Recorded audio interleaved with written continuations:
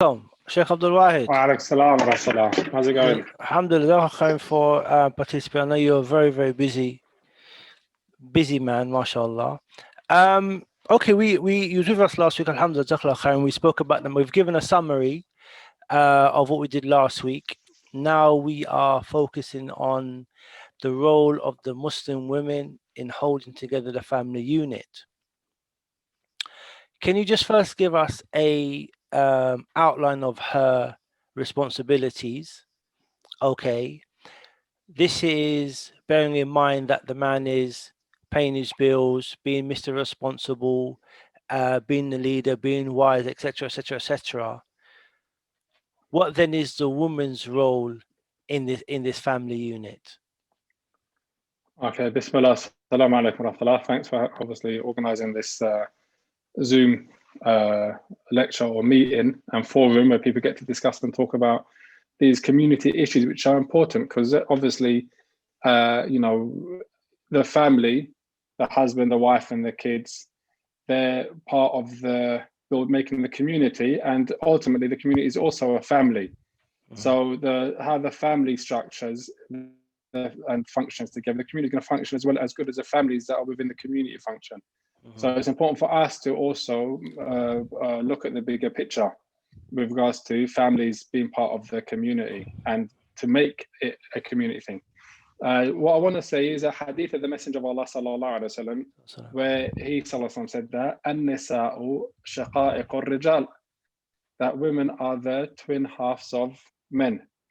And this hadith, I think it kind of sets the principle and the foundation and emphasizes the reality, which is that men and women, they complement each other and they function together. Shaqa'iq al-rijal is mean like they're the sisters.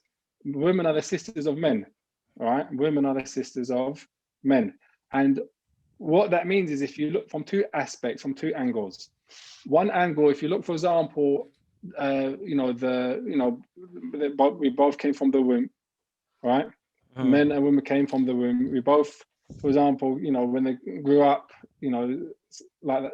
So that you have that that similarity where they're the same, but at the same time, there's differences, and these differences are physical differences. So you have the same, and in Islam recognizes that. What does that mean? Okay, men pray and women have to pray as well. Men fast, women have to fast as well. Okay, so all of the men, they're equal. They're equal in terms of the blessings that they have been given. Eyesight, hearing, being able to, move. They're equal in regards to the responsibilities that those blessings necessitate from them, meaning to worship Allah and to be thankful, to be grateful, and to be appreciative, to remember Allah, not to forget Allah.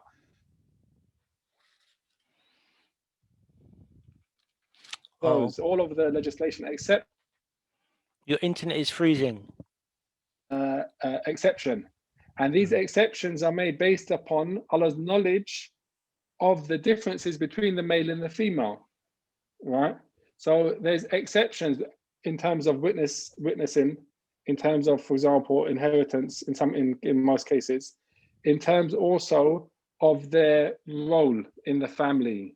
Okay, as we mentioned last week, that the role of the man is protection and provision.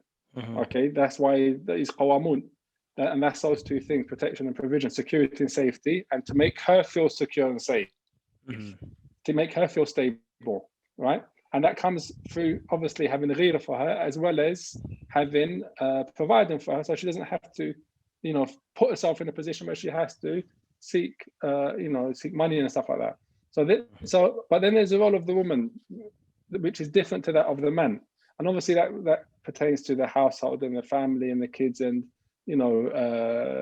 cleaning and cooking and these things, and also very important in this regard is her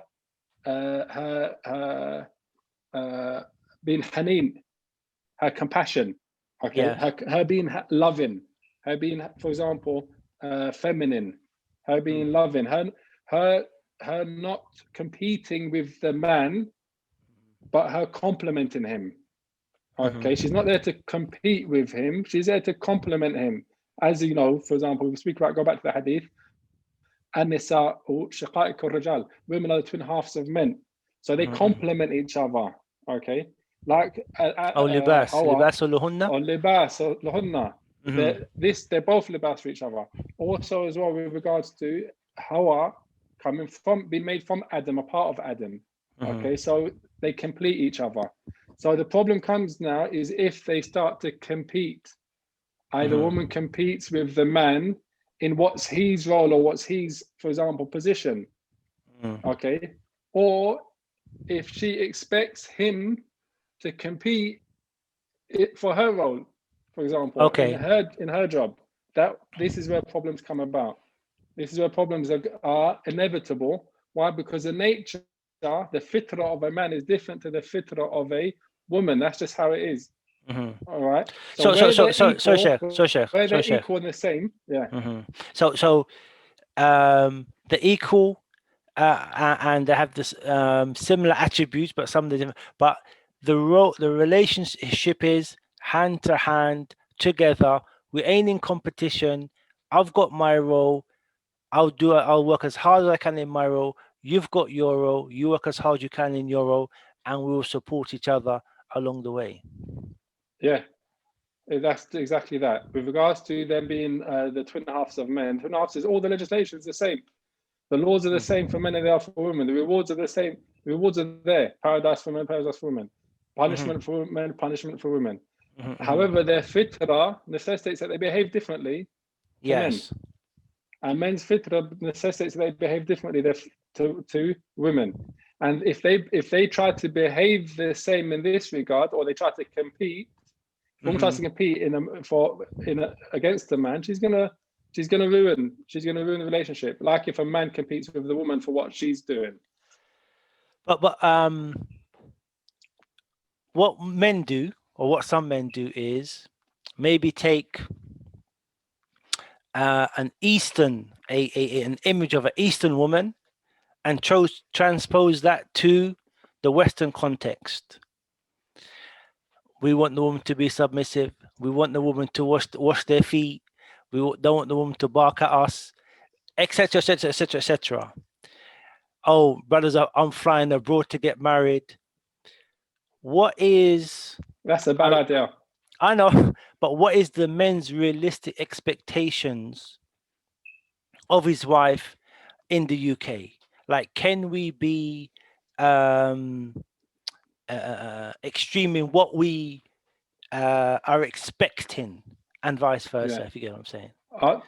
I think the question I'd rather pose is, what are the woman's expectations of themselves in the relationship? I.e., what have they set themselves? What have they set as their expectations towards how they should be towards their husband? That's the question. Okay. Well, not what the man expects from the woman. What does she expect from herself? Is she living up to what she's? Number one, has she got high enough expectations of herself in the first place? Second, because we want the highest of matters. We don't want the lowest of matters. Yes. So, for example, the woman, she should want the highest of matters all the time as well. I'll give you an example. The daughter of the Messenger of Allah sallallahu alaihi wasallam sent Ali ibn Abi Talib, her husband, to the Messenger of Allah sallallahu alaihi wasallam to ask the Messenger of Allah for khadima, for someone to help in the house, right? Yes. Okay, number one, she didn't say, Ali, help in the house. You're my husband, you have to do the housework with me. Today, sisters will say the Prophet Muhammad sallallahu alaihi wasallam used to sew his own clothes and he used to help in the house, and she'll beat her husband with that hadith, or she'll mention it, for example, as a criticism of him not doing anything in the house, perhaps. All right. Yes. Okay. She sent Ali ibn Abi Talib to her father to ask for a khadima. She never said, Ali, do you not do your work in the house, help out in the house? Okay. The Messenger of Allah sallallahu alaihi wasallam sat with him and I came back and sat with her. Number one, he sat with her and he spoke to her. That's one important thing, that there was that connection. Okay, even between the father and the daughter. This is key. This is key for the husband with regards to his daughters and his children in the house, that he connects with them. He's not just expecting the woman to connect with them. for example, and he just works and comes back and he sits down and, you know, eats his dinner and shut up, kids, don't talk to me. Yeah. No, he has to connect with his kids. Yeah. So anyway, the messenger of Allah sallallahu alaihi wasallam came back and connected, and he said, what did he say? He said, I'll give something which is better than that. And so and he told to make adhkar of Allah subhanahu wa ta'ala, dhikr of Allah. Okay, so there's so many benefits from this, but from the benefits of this is that the woman, the advice that they're given to the man is similar to the advice that's given to the woman. Turn back to Allah. I turn to Allah, make dhikr of Allah, increase in your remembrance of Allah. That's your duty as well. That's your duty. I have high expectations of yourself, that you're the only thing you're in competition with your husband for is to draw closer to Allah, not to take his responsibility. But you're drawing close to Allah is doing the same actions and doing other actions which are different, which fit your role. So, for example, actions which fit your role are serving your husband, and that doesn't mean being a slave. It just means taking pride in doing that. I.e., take pride in serving your husband. You enjoy doing it. Okay, you take pride in, for example, in these aspects of complementing each other, of companionship. Of companionship. No. Yes. So when the woman is going to get married, her mindset should be, can I or am I going to be this Muslim woman? Am I going to be this Muslim woman that my husband's going to be pleased with me, house is going to be clean, kids will look after, obviously knowing that the husband's going to help out. But as for her embracing that role as a Muslim woman, she has to have that mindset. She has to have the mindset. But what I'll take it a step further. I think that it's in her nature to please her husband. It's not something that she has to strive to do. It's part of her nature. She has to be in tune with her fitrah. She's a woman. She's feminine. It's in her nature to please her husband, to make her husband happy. Like I said last week, it's in the nature of the man's value comes. He's a man because he is resourceful, because he can go out and put up with rubbish outside and not bring it home, and so that he can provide for. That's his value. That's why he's a man. If you take it back to as simple as going out and hunting, for example, he can put himself in danger. Going to a war, he can put himself in danger. Do you understand? That's his value as a man. You don't expect a woman to put herself in the middle of a fight, but you expect a man to do it. Okay, that's his value as a man. Okay, that's his fitrah. What's the fitrah of a woman? This is my point. So what I'm saying is that her fitrah, if she's in tune with it, once she gets in tune with it, her feminine side, she gets in tune with that, she'll find pleasure in pleasing her husband. She'll find happiness in doing that. You understand what I'm saying? As long as he, like you said at the beginning, as long as he's valuable, she'll want to do that anyway, and that's her nature. Likewise, as well, with regards to the kids, generally speaking. So okay, fair enough. Okay, now we have social conditioning in our environment, how it impacts us. We have biases. We have how we grew up, how we were raised. That impacts us. But once we know what Islam says, that some of it we have to undo, and we have to, and it's going to take time. And the husband has to be patient while she's doing that. As long as she's, again, what's her expectations of herself? Is she willing to recognize that there's certain aspects which need to be undone because they're not in line with her fitrah? For example, competing with a man in the workforce is not in line with the fitrah of a woman. That's why she struggles with it. No, you could say the traditional role of the woman, and now it seems 100%. Now it seemed to be, it's old-fashioned. Now it's a push to be independent. Let's go back to being old-fashioned. 100%. Like the thing of every woman should buy and read those old-fashioned manuals. Yes, those old ones, pre-World War I manuals of do this and etiquettes of women, do this, and those old ones, you'll find a lot of that's in line with what Islam says anyway, and it's in line with their fitrah more importantly. Allah does not Allah subhanahu wa ta'ala know who created you and created the heavens and the earth. But do you think that the conversation amongst the women is not about being traditional, it's about being modern, it's about being the independent woman? I don't need my man, I can do it all by myself. Like and some sisters have raised their hands, and I've asked sisters to participate and comment so we can find out how the sister's feeling about being the obedient wife? Does that word really hurt them, or they're saying, you know what, I'm cool with that because that's my gender? You Yeah. get what I'm saying? So Yeah. some sisters, I want some sisters going to be commenting. But what do you find out? Obviously, you do deal with marriage and issues with marriage and stuff like that. What are the women saying about concerning this role and being obedient to their husbands, taban, if the husband is fulfilling his role? Yeah. So obedience, even obedience, is not unconditional. It's not. It's not being a doormat to be walked Yes. on. That's not obedience. Submission is not unconditional. As like everything else, it's in lines and in guidance with what Allah subhanahu wa ta'ala has decreed. So, for example, there's no obedience to the creation and disobedience to the creator. Okay, Yes. so that applies as well to what the husband orders the wife to do, or in the way that he's treating her. So it's not basically what I'm saying. It's not a green card for the husband to be a zalim. Yes, No, of not course. at all. Not at all. So that's that. So once you take that out of the picture, once that's taken out of the picture, understanding that obedience and submission, what I'm saying is that it's her nature to obey her husband.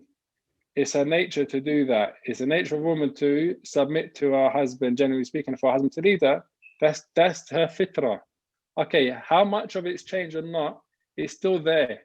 It's still there. This is a thing. And so all it is undoing habits, Okay. which have built up, which may contradict to go against that, or biases in society. Okay, there's one important point which is I think you alluded to and you mentioned, which is the fact that okay, that's how people grew up a long time ago. We've spent the last 70 years, our parents have grown up differently. Yes. In the sense of the woman works and the man works, and the woman's raises a family by herself, and the man can do the he's independent as well. As much as the woman's independent, the man's independent. Okay, man he knows how to, like the brother mentioned last week.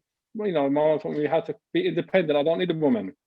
I can cook, I can clean, I can do all that stuff myself. I don't need a woman to do anything for me, which is okay. And it's true, but that's not how you complement each other either. It's true that that's how we might have been raised, but it doesn't mean that that's the best way to do things either.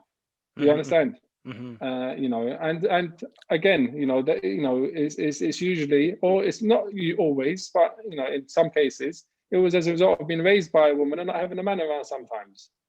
That Okay. you're not going to be able to do stuff without having to need anyone, because it's that mentality of not having to need anyone. Do you see what I mean? But that's not we are interdependent upon one another. The children are dependent upon their mum for something, and they're dependent on the dad for something, and it's different things sometimes. Yes. It's different things. Do you get what I mean? So like I said, ultimately we have a fitrah, we have a nature, an inclination towards stuff. We just have to get in tune with it. Basically, our fitrah, get in tune with our fitrah. Our man's fitrah is what it is, and a woman's is what it is, and she has to be in tune with hers, and then they complement each other. Do you think that the pressures on the woman, you come out your house, billboard, you got to be like this, social media, XYZ, that there's more pressure on the woman, Muslim woman, than there is on the Muslim man to conform, to fulfill that role? Yeah, I think that there's more, not just more pressure, but she's got the raw end of the deal, basically, in the sense that the way that the society has depicted her role, she has to do everything and be everything, and almost get nothing. It's removed her rock or her stability, which is her man. It's removed it. So as a result of that, I think it's difficult. It's hard to go against all of that. But as long as the man's doing his bit, if the man's doing his bit, also that makes it easy for her to fall back into her fitrah. But as a knock-on effect, should then the man be more considerate to the woman or to his wife, and understand the kind of pressure that the Muslim woman is under to fulfill her role. Mutual. He should be patient, like she should be patient with him. She should be patient when things aren't going and her way, and he should be patient when with whatever it is that she's going through, until she has a high. That's why the question at the beginning was, what's her expectations of herself? As long as the expectations of herself is that to have that relationship of complementing her husband, and she's striving towards that, and he's obviously has the same expectations of himself. As for expectations of each other, then I think that's where the problems come. She should have expectations of her. She should have her own high aspirations. He should have his aspirations, and what they expect from each other shouldn't be as high as what they expect from themselves. Do you think in these day times women don't see their role as being something to aspire to? Like, okay, that's 100%. I agree with you. I'm a mother. I'm bringing up the next generation. I'm helping my husband fulfill his role. That he can leave the house knowing that everything is taken care of. Like, are women not aspiring for this role? Rather, they're inspiring to be, I don't know, international travelers or something else. But as for the or international businesswomen, as for being, you know what, I'm a housewife. I'm a queen in my house. My kids are happy. My wife is happy. My husband is happy. That's not aspirational. Yeah. No, I think that, So I think, like you said, the biases and what's considered to be success and what's not considered to be success, it affects men and it affects women as well. Yes. But yeah, that's true. For women, it's measured with the same things that it's measured for men, but their fitted is different. So you can't measure success in the same way. I think there's a statement of one of the scholars, I think it's Ibn al-Qayyim al-Jawziyya. He says that women, they basically they raise half the creation and give birth to the other half. So in and of itself, they're the ummah. So the society, the corruption and the destruction of the society comes at the expense of the women, when they're the ones that are destroyed, not doing their living up to their expectations and their fitrah. When that happens is when the rest of society falls. So say that narration again. Say that narration again. That narration.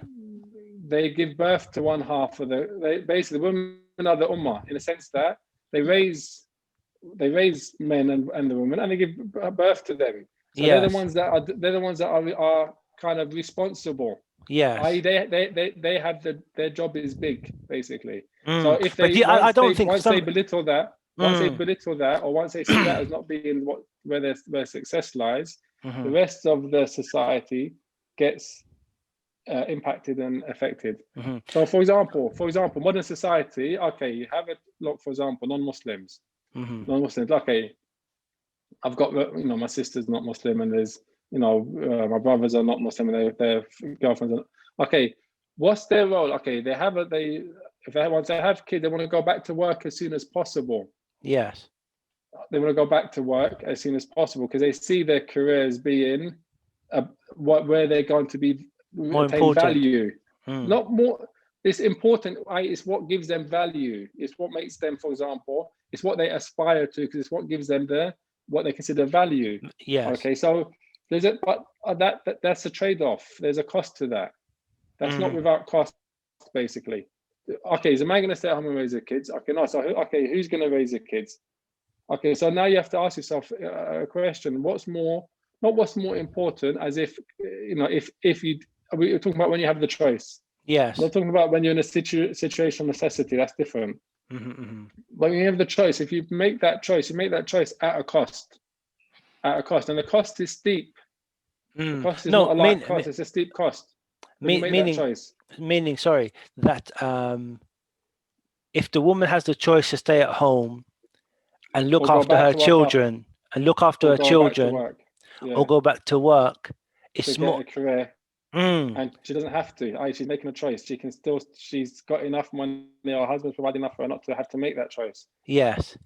It's more lofty in the sight of Allah for her to stay home and bring up the next generation of Muslims than to be an no accountant doubt about or 100%. 150%. Not just more lofty, not just more, not just. One second, I'm coming.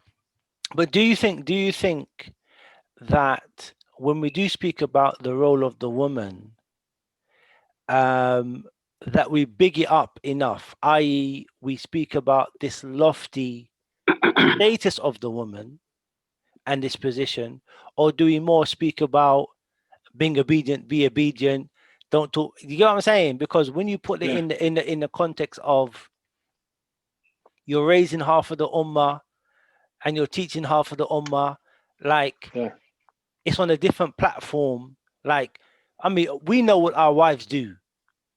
We can't do that. You get what I'm saying?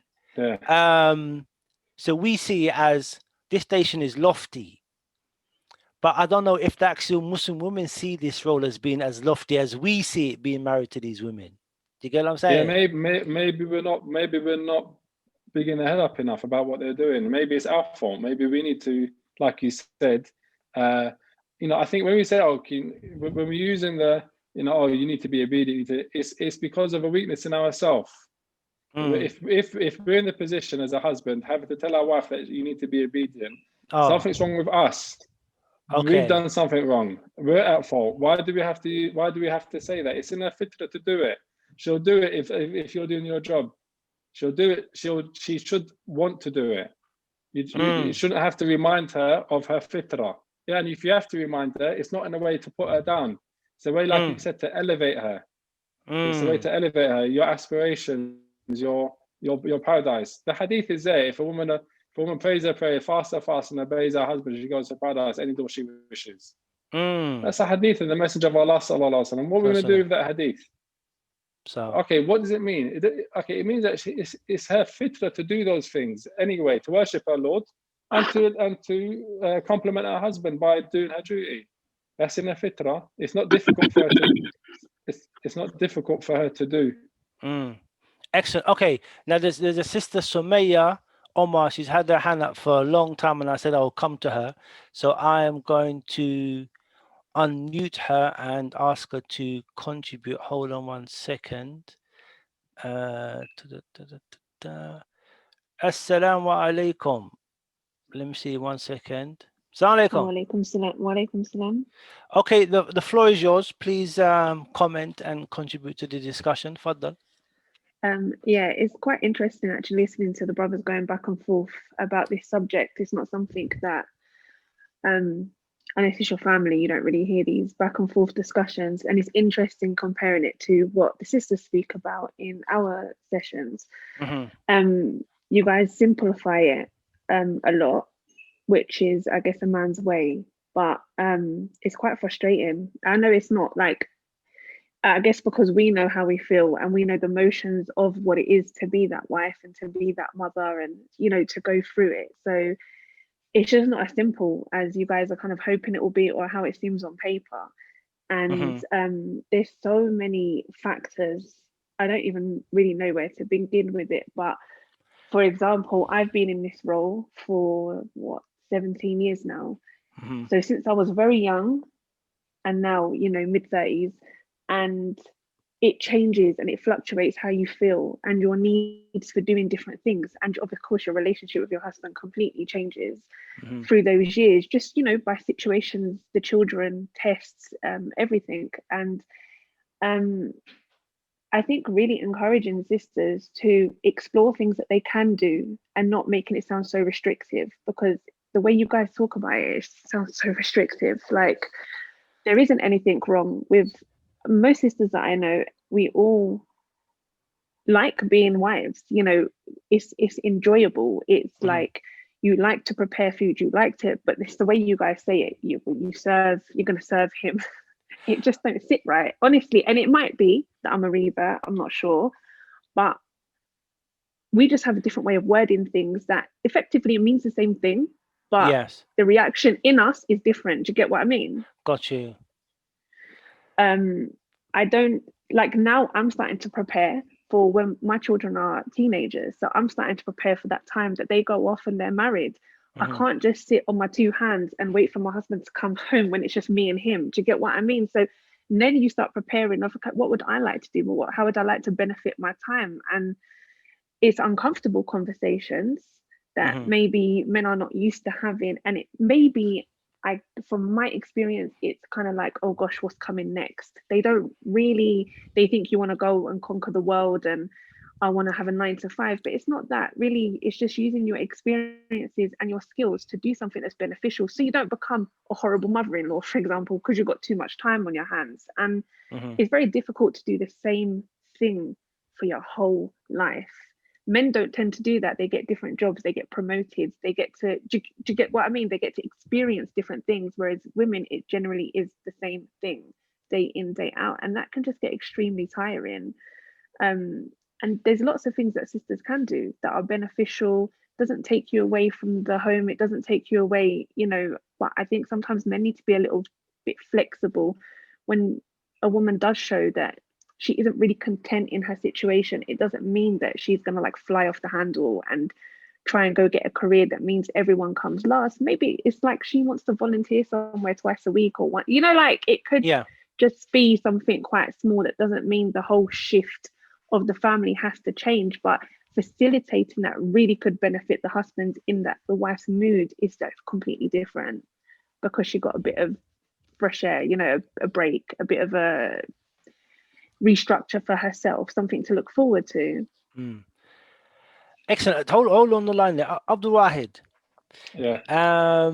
The issue of a wife having a career, having her own life, her own aims and objectives. How does that, or how can that complement the marriage, if you get what I'm saying? Like, if I could talk about my own experience, like I have my time, my wife has her time. Yeah. And I couldn't imagine the time where if I just come home and my wife is just waiting for me, her life doesn't start until I get home. Like, for a woman to have her own. She's not a robot. Yeah, 100%. I agree with everything the sister said. I don't disagree with anything. Even her comment of us simplifying it, I agree with what she's saying even there. With regards to the, she's independent. She's independent. And I think this is what I tried to highlight. I didn't do a good job of it at the beginning. I said the hadith says, that women are the twin halves of men. They have their own worship. They have their own things that they do. Okay, their life doesn't revolve around their husband in that regard. In a sense, like you said, she's not just, for example, on pause. Husband leaves the house, kids leave the house, she's on pause, not doing nothing until they come back so she can look after kids and serve her husband, for example. No, like, when the kids grow up, then they have like the sister mentioned, there's different stages, there's different phases. They travel together, for example. If the kids are now teenagers and isn't it? And they start their own. Now, she's gonna have free time. What's she gonna do? Just sit doing nothing, waiting for her husband? No, she's got hobbies. She's got her own things that she does. She can have a career. She can have a business. She can have all that stuff. None of that stuff is prevented. If you look at the Sahabiyat, you find that they were workers. They were doing stuff as well. They weren't just, they were going out and doing stuff. They weren't just staying at home all the time. No one says you have to stay at home. The question is when there is a need to be at home, to not be out. This is the issue. This is what when I'm saying a choice. I'm saying when you choose a career over your children while they're younger, then that's where there's going to, this is the part I was talking about. But as for example, the kids are out or the kids are at school, then without a doubt, she needs to be busy, and that's going to help her husband because of her mood. If she's not content because she doesn't, she wants to aspire to do stuff, whatever it is, a course, or whether it's, for example, a business or starting something or meeting up with sisters or whatever it is, volunteering, for example, then, that's going to be good for her because it's going to build her morale, self-esteem, and it's part of contributing as well. So all of that is 100% agreed with you, which is not a robot. She's independent. She's an independent person. She existed before her husband, And if her husband dies before, she's going to exist afterwards. She may be married, she may start another life. All that happens. Do you understand? So the point is, she's an independent person. She's the twin half of the man. She's got her own ibadah. She's got her own aspirations, her own career, and all the other stuff. No. Did you want to come back, Sumaya? Yeah, the only other thing that probably I did want to mention while I'm here is from my experience, obviously, with sisters, my friends that I talk to, I'm going to say the majority of sisters that I know that don't really have the same ideas as what we're discussing here of what a Muslim woman's role is in their home, is sisters that have probably been religiously abused. So Islam has been used, twisted, and like to make where she's micromanaged. So like don't do this, don't do. But it's like to a point where it's like you're not allowed to do like really basic things that have nothing to do with it's not really the husband's place to tell her like certain things. And I would say majority, honestly, not here to bash brothers at all, but the majority of sisters that I know, especially the revert sisters, is because they've been micromanaged and they've been bullied, and by using Islam, unfortunately, to make them feel that way, which is why they're kind of removing themselves from these ideals, and they're like, you know what, I only have myself and Allah, so let me just do my own thing. That's why they go to uni. They they might put their kids in daycare, whatever, and go and do their thing because they haven't had a good experience.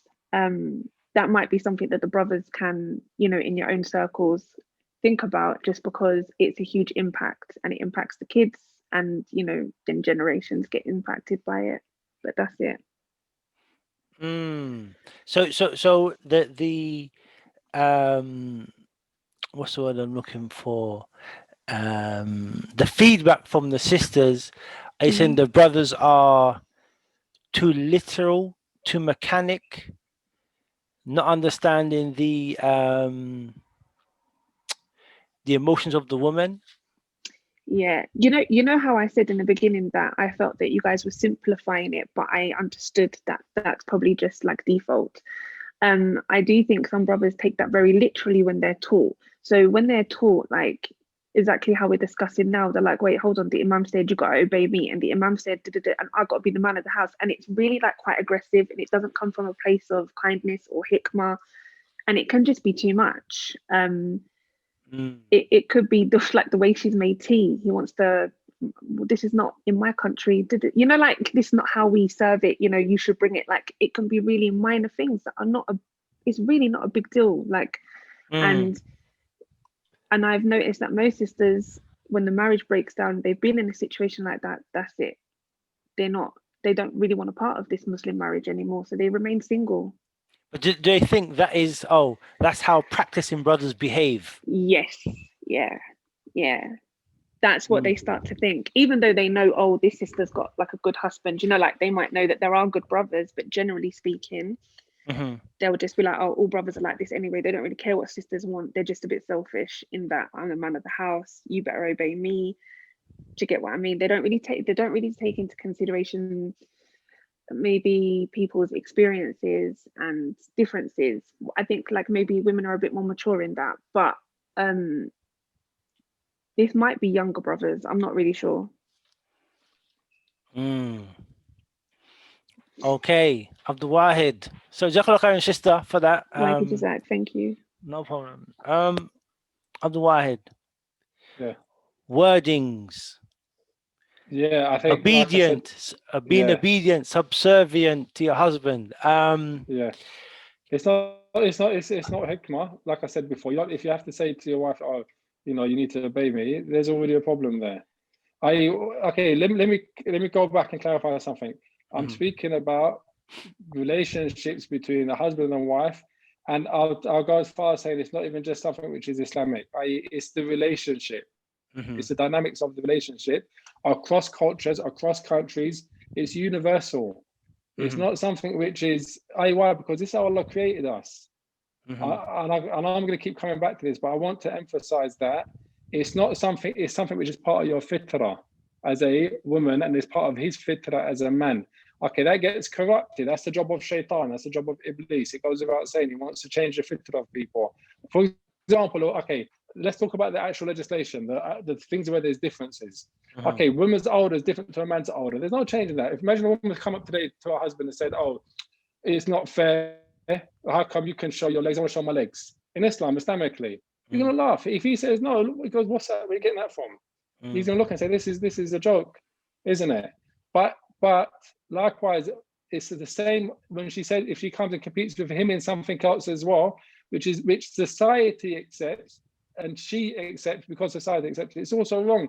It's the same joke if she comes and says, oh, it's, I want to be able to go to have a career because you've got a career. For example, if she's, to me, I'm going to equate them as being the same thing because of the mentality is the same. It's a mentality based upon society's biases of what's considered successful and in her Muslim, what's considered, they're not the same all the time. They're not the same all the time. So there's differences between the man and the woman. It's like the man comes and says, like we're speaking about today, the big mushkila in society is gender, agender, transgender, neutral gender, and all this other stuff. Imagine a man comes and says, oh, it's not fair. I want to be able to stay at home and raise the kids and breastfeed and do these things. You look and say, what are you talking about? Oh, that's equal. You go and work. You go and split. You go and graft. You go and do this. You go and put yourself at danger. Put yourself in the face of humiliation at your bosses to earn money. And I'll stay at home and make dinner when you come home. You know what I mean? And that type of that. So there's certain things which are fit for men, certain things are fit for men based upon their fitrah, and that's in every relationship. It's not just Muslim men that behave in the way the sister mentioned. It's non-Muslim men do the same thing. Why? Because they're in a position where they can take advantage, and if they do, it's still involved. For example, domestic abuse. Domestic abuse happens. The men being overpowering and over controlling. And that's not just a Muslim problem. That's a societal problem because of the nature of the relationship and him not valuing her and her role or her doing something. It could be partly to do with her. I'm not going to just say it's all the man's fault. But what I'm getting at, this is the nature. This is because of which is why the Messenger of Allah always say, I advise you of your woman bi khair, with good. And he said, treat women good, treat women good. Why was that emphasized so much? At the same time, as the same hadith is that the woman should obey her husband. Same, it's the same. So what I'm getting at is that, that issue that the sister spoke about, it isn't to do with Islam or to do because Islam says, gives the man and the man is, abuses what the religion says. Because if that was the case, it would only happen inside Muslim marriages, but it happens outside of Muslim marriages as well. It happens in every relationship between the man and the woman because of the dynamics of the relationship and him either abusing his position or her abusing hers. Do you see what I'm saying? So I'm saying it's an issue of a person's weakness as opposed to anything that Islam instills in a person. And it's not true that non-Muslim women will just leave. That's not true at all. If that's what the comment was. What was the comment? That non-Muslim women will just leave? 1 second. Yeah, but non-Muslim women will just leave. That's not true. Yeah. How many women stay in abusive relationships? Come on, man. Let's look at this data. It's not true because of the nature of the relationship. They don't. They can, and so can Muslim women can leave as well. If a Muslim woman thinks that she doesn't have a choice to leave, that's also incorrect. That's also incorrect. She has a choice to leave as well. No one has to stay in an abusive relationship. Islam doesn't allow it. I'm telling you now, I'm telling all the men out there, telling you now, Islam allows women to leave an abusive relationship straight away, based upon the principle, harm has to be removed. If a man, for example, is abusing his wife, she says she wants to leave, then Islam allows her to leave. It's straightforward. A man can divorce his wife, a woman can divorce her husband, and a judge can separate them, both of them. I'll send you a list of reasons why a woman can validly ask for a divorce. Yeah, there's a list. I mean, my point would be that and people don't throw Muslims and non-Muslims, once they build up a relationship, it's not easy to throw it away, to give it up because of the attachment. Just a So, I quick, mean, quick, just a quick, yeah. just a quick question. Sorry, it's a quick question. The concept that it's harder for a Muslim woman to get divorced Yeah. because the power is in the man's hand. He has to give her the khulla. He has to give her the divorce. Is that true? Just as a side point.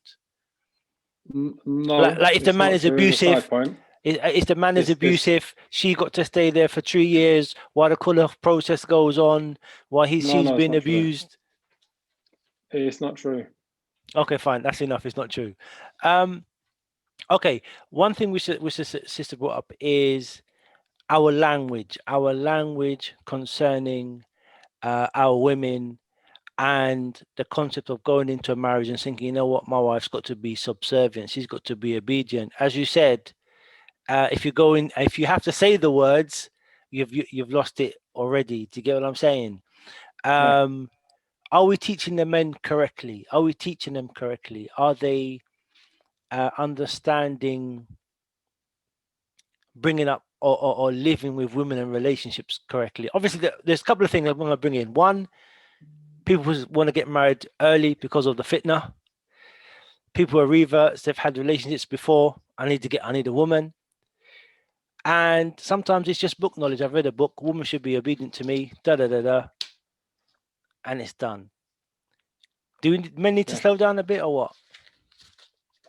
Look, alhamdulillah, in our community, we get married young because we don't want to do sin. Okay. Yes. And it comes with pressures, and it's you're learning, you know. And again, I'm going to highlight this. It's not just a Islamic or thing to do. It's marriages, generally speaking. Few people get married. They have this thing called the 7-year itch or whatever. If your marriage lasts 7 years, it will last 21. So, but the first 7 years are the hardest. Okay, after 7 years, there's another 7 years, 14. Then there's 21 years. After 21 years, inshallah, you're married. That's it. Inshallah, there's no, inshallah, you're going to stay together until you die at that point, or one of you is going to die. Yeah, basically. But the point is, who's to say why it's not easy. There's going to be ups and downs. Yes, you're going to learn along the way, and then inshallah, the love it grows. It basically grows. Do you get what I mean? But the point is, it doesn't always work out like that. Fair enough. It doesn't work out like that all the time. Some marriages don't last and they end. Okay, I'll be honest with you. Let's be honest. Okay, sometimes a man wants to divorce his wife and she don't make it easy for him. She don't make it easy for him. She's like, no, don't.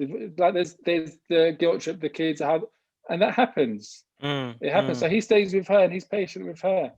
Okay, the other thing can may happen. The woman wants to divorce the husband. He don't make it easy for her. So then she ends up staying, and she's a bit patient with him for a little while, hoping that's gonna change and get fixed. Okay, there's no problem in that initially, as long as there's no actual physical abuse that's going on. Then it's gonna affect their kids as well. And then in which case it's then there needs to be intervention. But what I'm getting at is that there's things happen. There's a hadith of the Messenger of Allah sallallahu alaihi wasallam with regards to not hating your spouse. Maybe you see something that you dislike, but there's other things which you like. So not everything's not rosy, it's not perfect. Ups and downs. You have to, sometimes she has to be patient with him, sometimes he has to be patient with her. She has to turn a blind eye to him, he has to turn a blind eye. You can't pick on everything. You can't criticize everything. You have to, and over time, inshallah, time, you have to give it time. So yeah, you have to teach them patience. You have to teach them that you're going to learn, and you're going to learn on the job, and that and these are things that you can learn.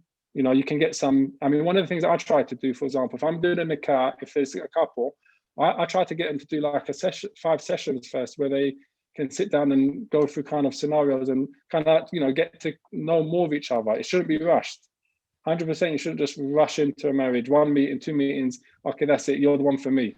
A couple conversations. How long? How many meetings do you think they should have realistically? Average. Even the relationship. Forget even after you're married. Even after you're married, I think that there should be some type of relationship coaching that happens to a degree, especially in our communities and our societies, where, for example, there's we might not have had a model. We grew up in a society where marriage isn't the norm anymore. Yes. Right? So, for example, what happens is we grow up and we might not see a relationship which is healthy, or we might not see a relationship between a dad and a mum. We might see a relationship between a mum and a gran. I.e., we grew up and there's no dads in the picture, for example. Or the other way around happens. We grow up and there's the mum's not in the picture for some reason. She's the one that ducked out, although it's less likely, but it happens. Okay, so we have an impact. We don't have a model. We don't have a model to kind of, and the society doesn't model it for us to look at us. So okay, so there's some learning that's involved in the relationship, how to be a husband, how to be a wife, how to be a father, how to be a mother. So that I think that's really important as well. Clean marriage, continue the marriage. Okay, if there's a difficulty, come and do some relationship coaching. Well, don't just run to divorce or run to separation. That's not the way. Because once you last 7 years, you grow, you keep growing, you keep growing. Do you see what I mean? Yeah. And that's just what it has to be. You have to be patient. Marriage takes patience, takes work. You want to build a business. Let me ask you a question. You want to build an. Let's forget an empire. Every man's got ambition, wants to build an empire. Forget an empire. You want to build a business that you're going to be able to hand down to your kids when you die, and they're going to continue the business, and then it's going to hand down. The business continues and it grows, isn't it? Yeah. Do you expect that to happen in a year, or 2 years, or 3 years? No, it takes years. It takes years. 7 years, 10 years, 15 years. It's a long plan. It's a long-term plan. Why? Because the fruits are big. You've got big fruits. There's a lot of benefit. Likewise with the relationship, the marriage. You want it to be fruitful. That means you have to put in work and you have to allow time to do its thing as well, basically. So you have to be patient. You have to allow time, and I think that's what's missing. We live in a fast culture. Everything, you can get married today, you can get divorced tomorrow. What's that about? That's unheard of in the past. Unheard of. Matter of fact, to the point that it's become amongst the non-Muslims, it become a trend. I met yesterday, got married. I'm going to go to Las Vegas and get married. As you see in the newspaper, for example, they met last week and they got married in Las Vegas next week, and they got divorced the following night after they got married. What's going on there? And likewise as well in the Muslim community, it's not how it goes. You don't get married today and get divorced the following week. Okay, 1 second. Abdul Hamid wants to make a comment. Fadl Sheikh, Fadl Abdul Hamid. Assalamu alaikum. Wa alaikum assalam wa barakatuh. Abdul Wahid, what I want to ask is, do you think, as you said, like the Sharia is clear, the role of a man, the role of the woman, how she should be and what she should do from the Quran and the Sunnah, it could be clear. But sometimes, example, the woman, does it depend sometimes how they were brought up, where environment they were brought up? Sometimes certain women will be easy for them when they get married to implement the Sharia because they were the way they were brought up. It makes it easy for them to adapt that, to accept what the Sharia said, what the woman should do for her husband and things like that. So the environment and how we were brought up, I think sometimes it makes a difference. So again, talking about relationships, if the environment of the house when the children were brought up in had a relationship, they witnessed a healthy relationship. Okay, so they witnessed a healthy relationship between the husband and the father and the mother. That doesn't mean they didn't argue, because that's not realistic. They might have argued a few times, but generally speaking, they witnessed a complementary relationship growing up. They're going to model that. You don't have to tell them to do it. They're going to model it, basically. Okay, culture has an impact, but I want to highlight something here. Islam doesn't come down to the nitty-gritty. Everyone's not supposed to be a cutout model of. There's no. Islam doesn't tell you the details. It gives you the principles to apply. It doesn't tell you, for example, you have to wear this color at this time on this day. It doesn't tell you exactly how to be in detail. It leaves it to customs. Your customs are fine. Customs are acceptable in Islam. Custom has a impact on rulings in Islam. Your dress is customary, for example, to a degree. The colors that you wear, it just has to be loose. In the case of women, it has to cover your aura, for example. So when we speak about the legislation of towards men and women. The principles are general, but the details are left to the culture and the custom. And this is something which is important to understand. With Islam, doesn't say to wipe away your customs or your culture. It doesn't tell you what type of culture food you should eat or shouldn't eat, or what type of. Islam doesn't come to the details, but it comes with the general principles of the relationship, and the details, the customs are. So, for example, I'll give it as an example: food. Okay, like I said, الرجال النساء شقائق الرجال. Women are the twin halves of men. Okay, a man likes to eat a certain thing. His wife likes to eat something else. What's his right to tell her what she can and can't eat, as long as it's not haram what she's eating? Do you understand? He's not there to control her habits, her eating habits, or her sleeping habits. Okay, she might like to sleep in the afternoon and have a nap, or he might like to sleep. It's not her position to tell him, what you do sleep in the afternoon. Is it haram for him to sleep in the afternoon? Is it stopping him from working and stuff like that? So I think there's some important aspects with regards to the Sharia that to understand that, yeah, there's the Sharia and customs, and unless the custom falls into something which is haram, the Sharia doesn't come to dictate your customs or to change your customs, your adat. And this is something which is important to understand as well, because if once you understand that, you'll accept your wife for who she is as a person, and you leave her, and she will accept you for who you are as a person, and then you complement each other. You work towards complementing each other, and that's why compatibility before marriage is important to understand. Otherwise, if you're not compatible in the first place, you're going to be banging heads, and it's no one's fault. It's not because of the fact that he's disobeying Allah, he's drinking khamar, he's committing zina, watching pornography. She's disobeying Allah, she's not went ahead. She's doing. It's not because of that. It's just to do with the fact that as two individuals, you have such different customs or cultures that it's hard to get on. You have to be compatible. There has to be compatibility as well. Can I bring up a point? A couple of sisters have written in the chat. Maybe one sister's got trauma. She's got a few kids, pressure. It's difficult to be and I'm looking for another word, but I can't. The obedient wife. Sorry, sister, but I can't find the next word. Or you have another situation where can we just say it's difficult for her to be the wife? Okay. Or to be the mother? Or no, to be the wife is easy. She's the wife through marriage. You get what I'm saying? Okay. But supportive wife. That's a nice one. Which what we say? So my brother said supportive wife. Supportive. Okay, supportive. Excellent. No, because just thinking that even if I miss it in my house, the word obedient, subservient, I'm getting dishes thrown at me. You get what I'm saying? So I get where she's coming from. But the point is now, the living in the West, our culture, Islam didn't come to change our culture. We have strong personality, strong women. And then the brother comes with the textbook, not understanding her personality, not understanding, maybe she's had trauma.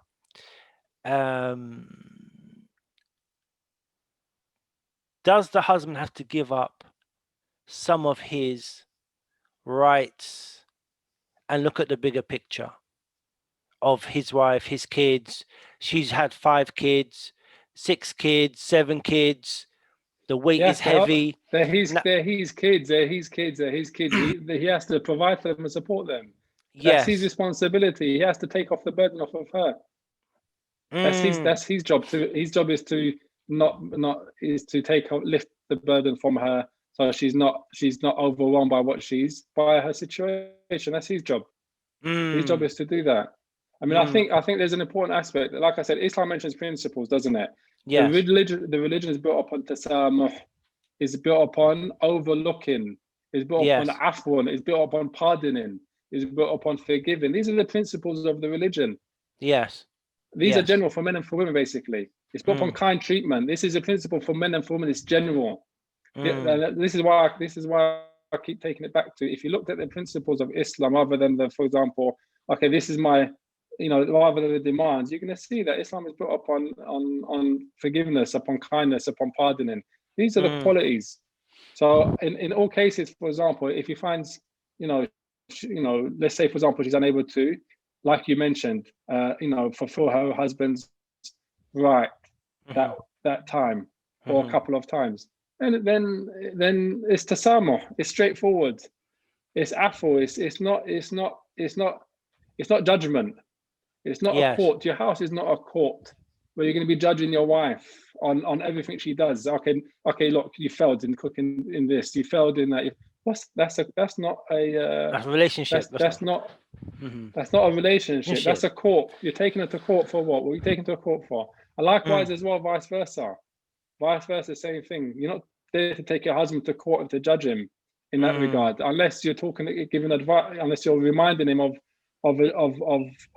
something, salat, for example. We're talking about the rights of Allah here. Reminding them of fasting to make up, for example. But apart from that, it's not. Religion is based upon the relationship is based upon tasamuh. It's based upon pardoning and forgiving and stuff like that. Yeah, and those are the principles. Those are the principles. Okay, no one's perfect. Okay, yeah, I'm simplifying it. It's ideal. That doesn't happen all the time. But I'm talking about the basic principles of the relationship. So that's what it needs to be built upon. As for the occasions when it doesn't happen, that's going to happen, and that's the marriage and that's the relationship. Everyone's going to forget themselves. Everyone's going to make a mistake. Everyone's going to do the wrong thing. Everyone's going to upset the other party. That's going to happen, and there's going to be an argument, and there's going to be disagreement. But again, it's not going to break the marriage. It's not going to break the relationship. It shouldn't break it should not break the relationship. Okay, I think someone had their hand up. I think it was Abu Fatima. I know you have to go soon, Sheikh, but if I can find Abu Fatima, has he gone? I think your point was important with regards to patience. What you mentioned earlier, people are getting married young, and they need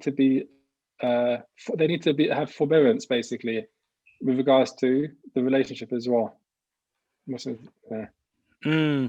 mean, another point. I don't know where Abu Fatima's gone. I don't know where I cut him off. But the point that women go through changes because of children, hormones, or whatever. And I'm going back to the man now, being wise and having this relationship, and not going to the first thing that, okay, my wife is disobedient, my wife is not doing what I tell her to do. Rather, being that person who is merciful and understanding that the woman is going to go through certain changes, and seeing that progress, as you said, from 7 years to 14 years to 21 years, her aspirations are going to change. But is that man ready for that change? Can that man handle that change? Like, you're not cooking my dinner on time like you used to do when we first got married, or you've got no time for me now because she's dealing with 7 kids. You get what I'm saying? And it's for that man to kind of accept that, yeah, your marriage is going to change. It's not going to be the same when you first get married. And then I'm saying it comes down to the man now to give up some of his demands.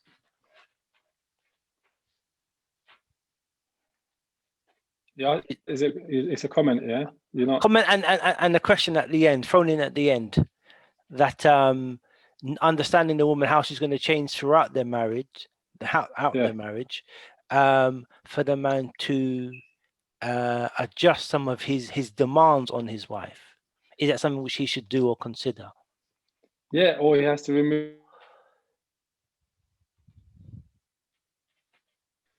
facilitate so that she put her between a rock and a hard place. Yeah, that's not wisdom. That's not wise for him to try to do that. So it's not. They're his kids. She's sacrificing for his kids. She's sacrificing for him. How is he going to repay her? He can't. He can't repay her. He's not there to repay her either. But what I'm getting at is that he can't. He can't. While she's making that sacrifice, at the same time, turn around and say, "Oh, look, you don't look good, or you're not taking care of yourself, not looking after yourself." I mean, what? How can he say that? Knowing that she's like that because she's doing khidmah for him, for his kids. But generally speaking, like I said, these things, it's not just one-sided. I'm sure there's many cases of the women having expectations which are not realistic of our husband either. Yes. And making demands which are also not healthy to the relationship either. That make him down, or make him feel insignificant, or make him feel unimportant or unable to fulfill, be a man and stuff like that. So can I just get Abu Fatima? I think he just come back on. He just put his hand up. 1 second.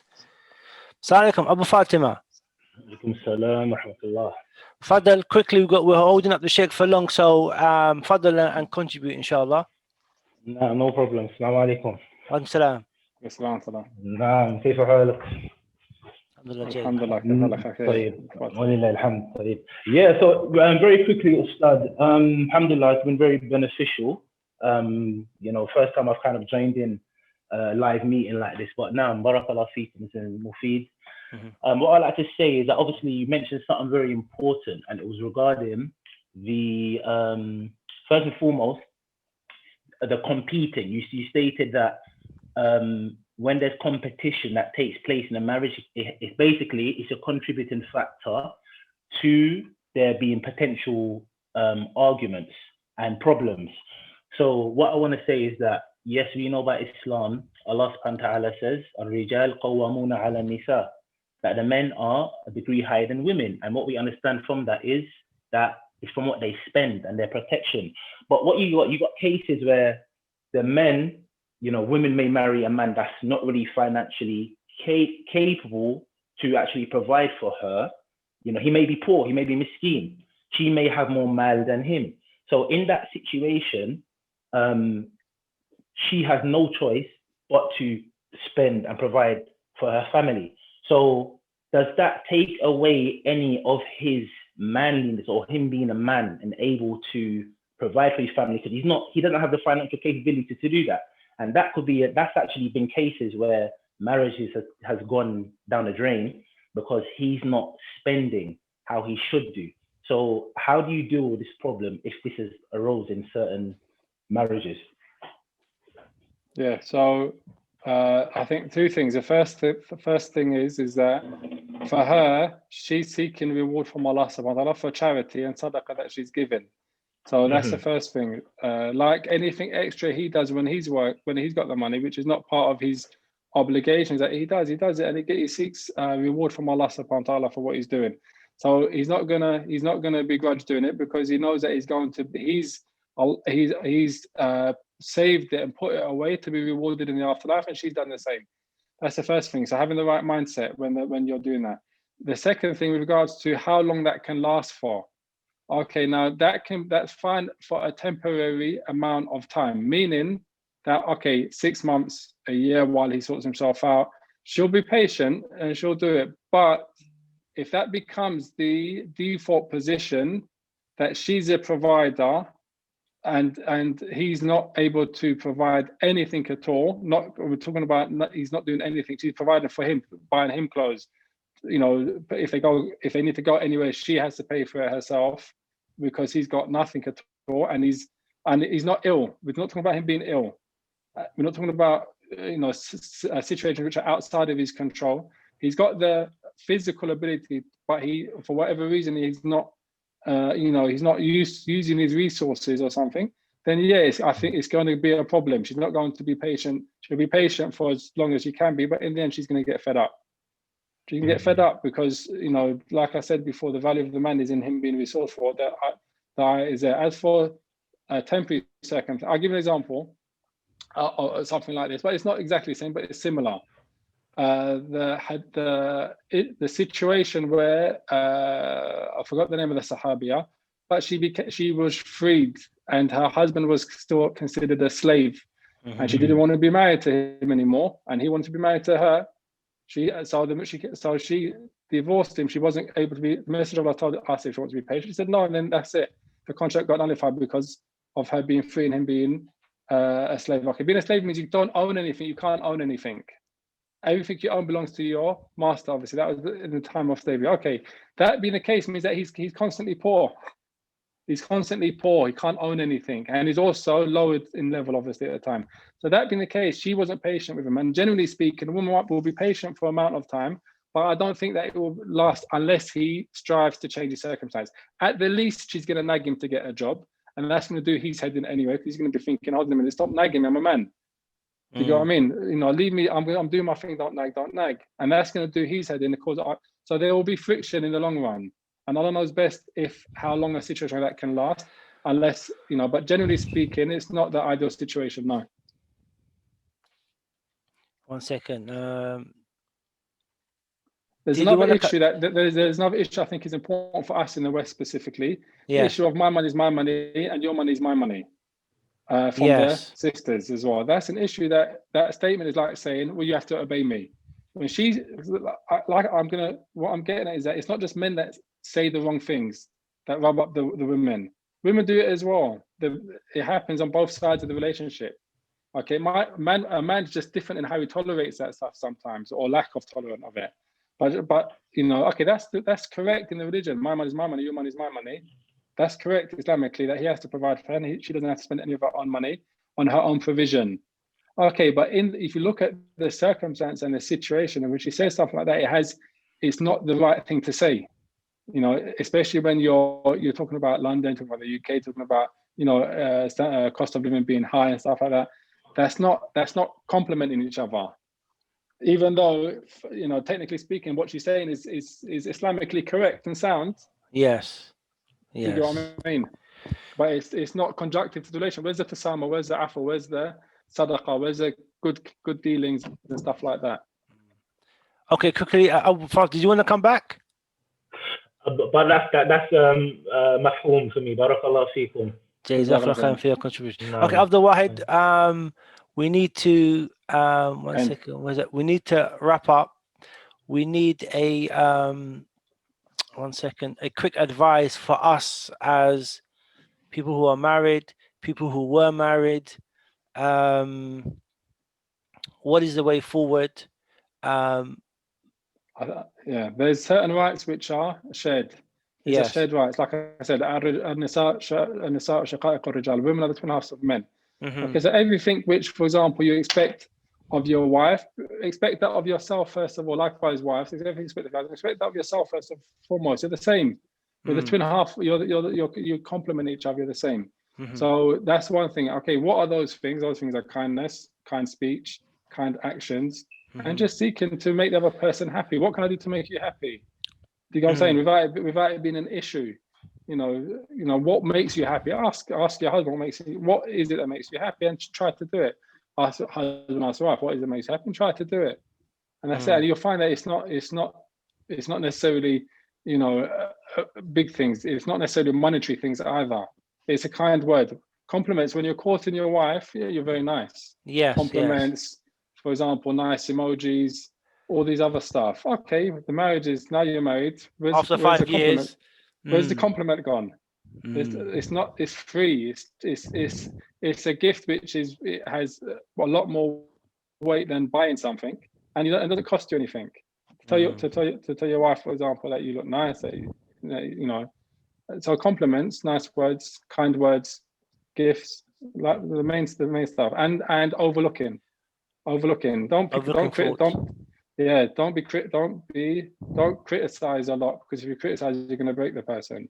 Try not to be critical. If you got something bad to say, keep it in your head and make dua to Allah subhanahu wa ta'ala. That Allah fixes it and changes the situation. But don't open your mouth and criticize and put down. No one likes to be put down or told off.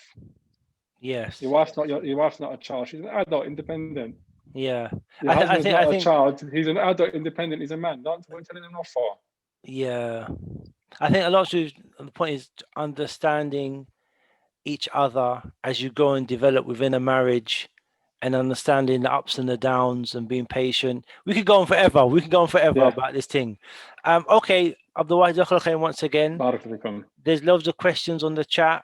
We could probably be here for days talking about this topic, but we have to come to an end now. I will let you go. And for the sisters that have contributed as well, I know I've oversimplified it, but sometimes coming back to the basics and the simple is beneficial. Don't make it too complicated. Yeah. Abdul Wahid, for your time, brother. Inshallah, we'll speak soon. Okay, just in summary, for your participation. It's a big topic. It's a topic that we have to revisit and talk about because of the stresses in society. People sent questions, specific questions. We can't really answer them on this forum. Otherwise, I gave an excellent general summary, that it is a relationship of mercy, of understanding, giving and taking, communicating with each other to understand I've changed now. My needs are like this, my needs are like that. And there has to be a lot of maturity in order for relationships to work. Jazakallah khair for participating, and inshallah we will see you next week, same time. If you do have any comments, please go to our Facebook, send us messages. If there are any topics you want to be addressed, then you can send us an email or put it on our Facebook, and we'll try to address them. And all we can say at the end is Alhamdulillah Rabbil Alameen, Subhanaka Allahumma bihamdika, Ashhadu an la ilaha illa anta, astaghfiruka wa atubu ilayk. Assalamu alaikum wa rahmatullahi wa barakatuhu. عليكم السلام ورحمة الله وبركاته. وعليكم السلام ورحمة الله. وعليكم السلام ورحمة الله وبركاته. Wa alaikum salam.